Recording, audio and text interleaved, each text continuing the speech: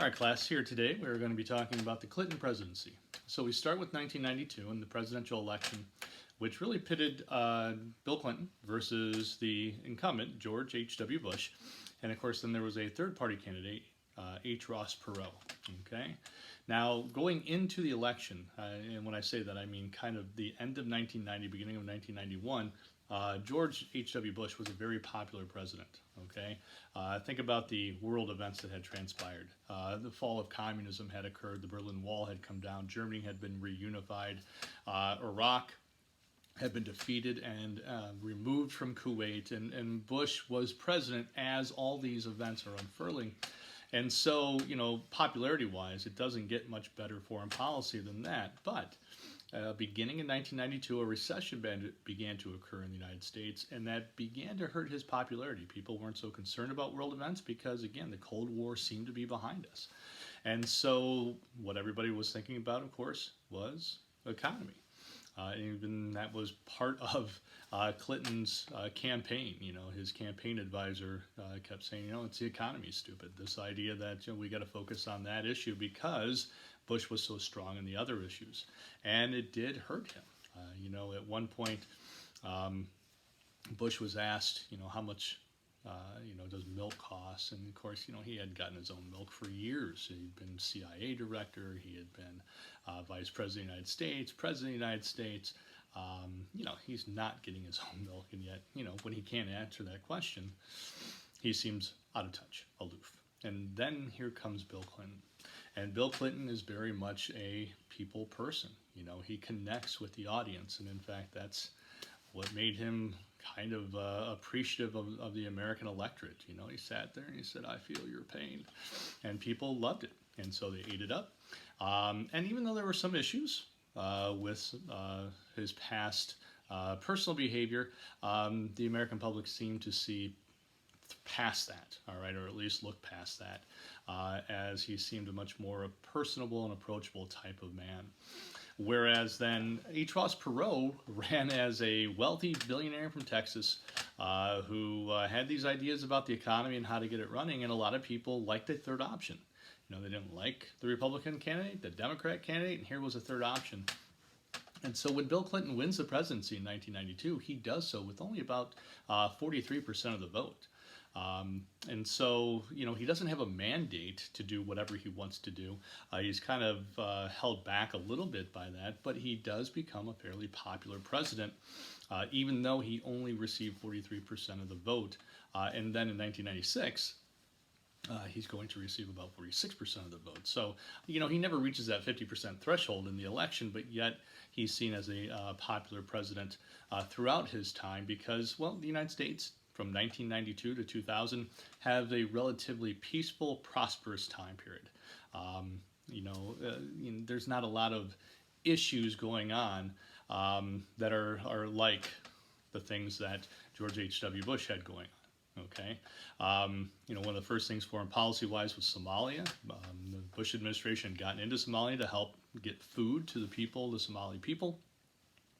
And after he left the presidency and Clinton came in, there's some issues with what was happening in Somalia, in particular Mogadishu, as the warlords there began to target American forces, as we were just there for aid. We weren't there for military involvement, but yet we seem to be getting more and more involved in the military there. And so eventually Clinton will remove us from Somalia.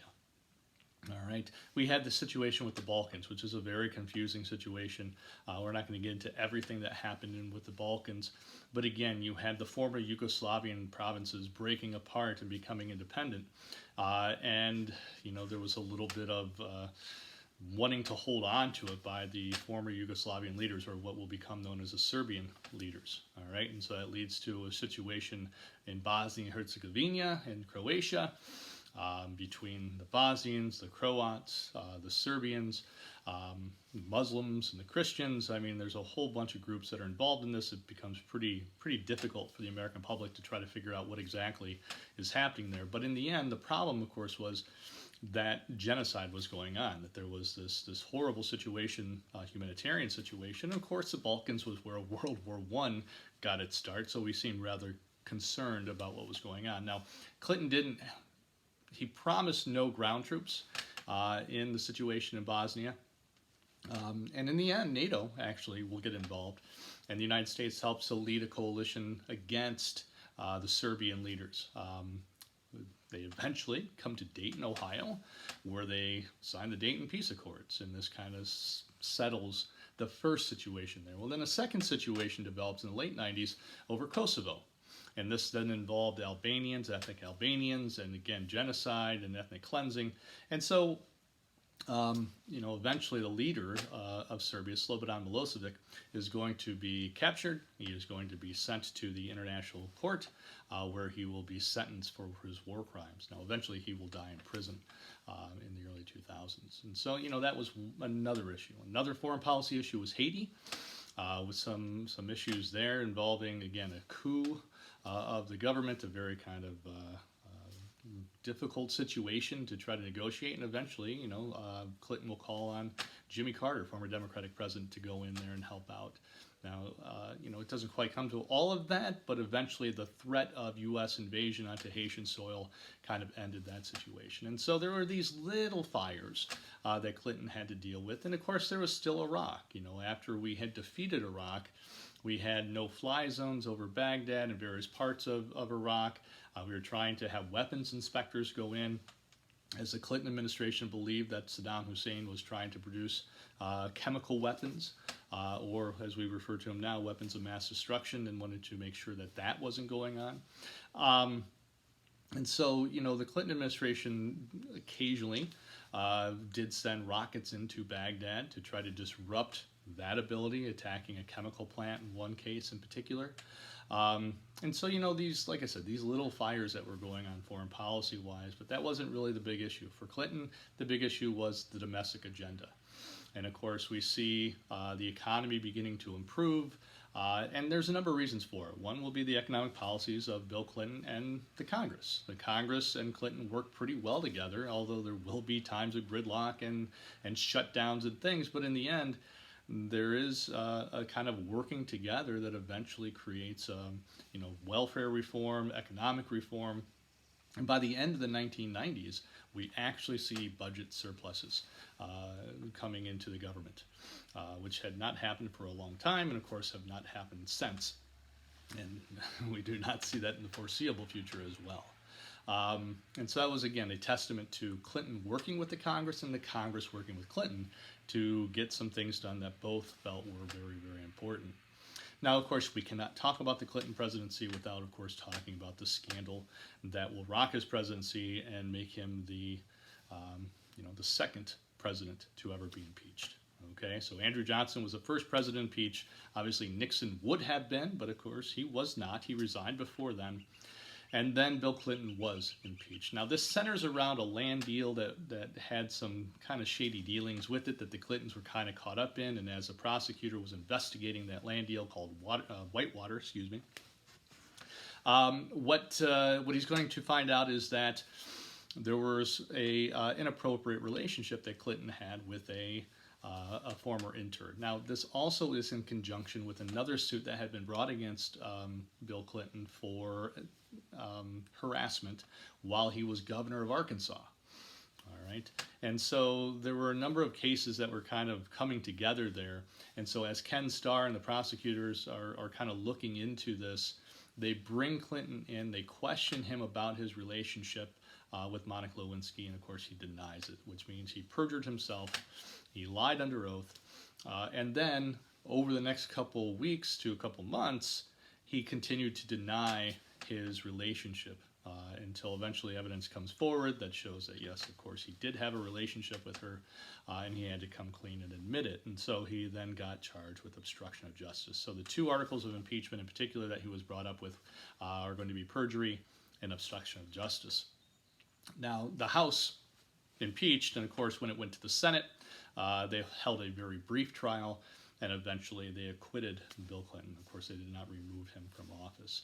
But of course, that's kind of the hallmark of his administration when it comes to, when people talk about Bill Clinton, that's going to be one of the things that are forever going to be, part of his presidency, is that misconduct. And so, in the end, as we kind of dissect the Clinton presidency, there's a number of things that stand out. Obviously, the scandal being one, but two, obviously, economic prosperity and the budget surpluses that the government was able to run. And again, as I mentioned before, there were a number of issues that did that. One, the Congress and the presidency, but also, Clinton did not have to deal with Cold War issues like former presidents did. All right. The Cold War was over. The military spending could be reduced dramatically, and focus could go to more domestic and more areas that began to reduce the government need for various areas of budget concern. And so that led to more surplus. And so, Bill Clinton was a benefactor of what former presidents had done in helping to reduce that Cold War issue. Again, not to say he didn't have issues, but they weren't the grandiose Cold War things that former presidents were kind of saddled with. So again, economic prosperity. And then, we will be talking about 9/11. And a year after the election, close to a year, a little after, we do have the attack on 9/11. And so one of the things that historians like to look at with the Clinton presidency is, well, what gave rise to terrorism during this time period? We'd always been dealing with terrorism throughout the 70s, 80s, 90s. We've talked about various terrorist acts. In the 90s, though, we did see an uptick of terrorism occurring. In particular, we saw the World Trade Center attacked in 1993, and the attempt to topple the buildings by putting a car bomb in the garage underneath the World Trade Center. And again, the belief that Osama bin Laden was behind that one. We saw the attack on the U.S. Embassy in Kenya and Tanzania. We saw the USS Cole attacked. We saw a number of kind of terrorist targeting American installations and areas as we kind of move through the 90s. And of course, it will then kind of culminate with the 9/11 attacks shortly after George W. Bush becomes president. So that will be for the next video that we show. So again, I hope everybody's happy and healthy out there, and until next time.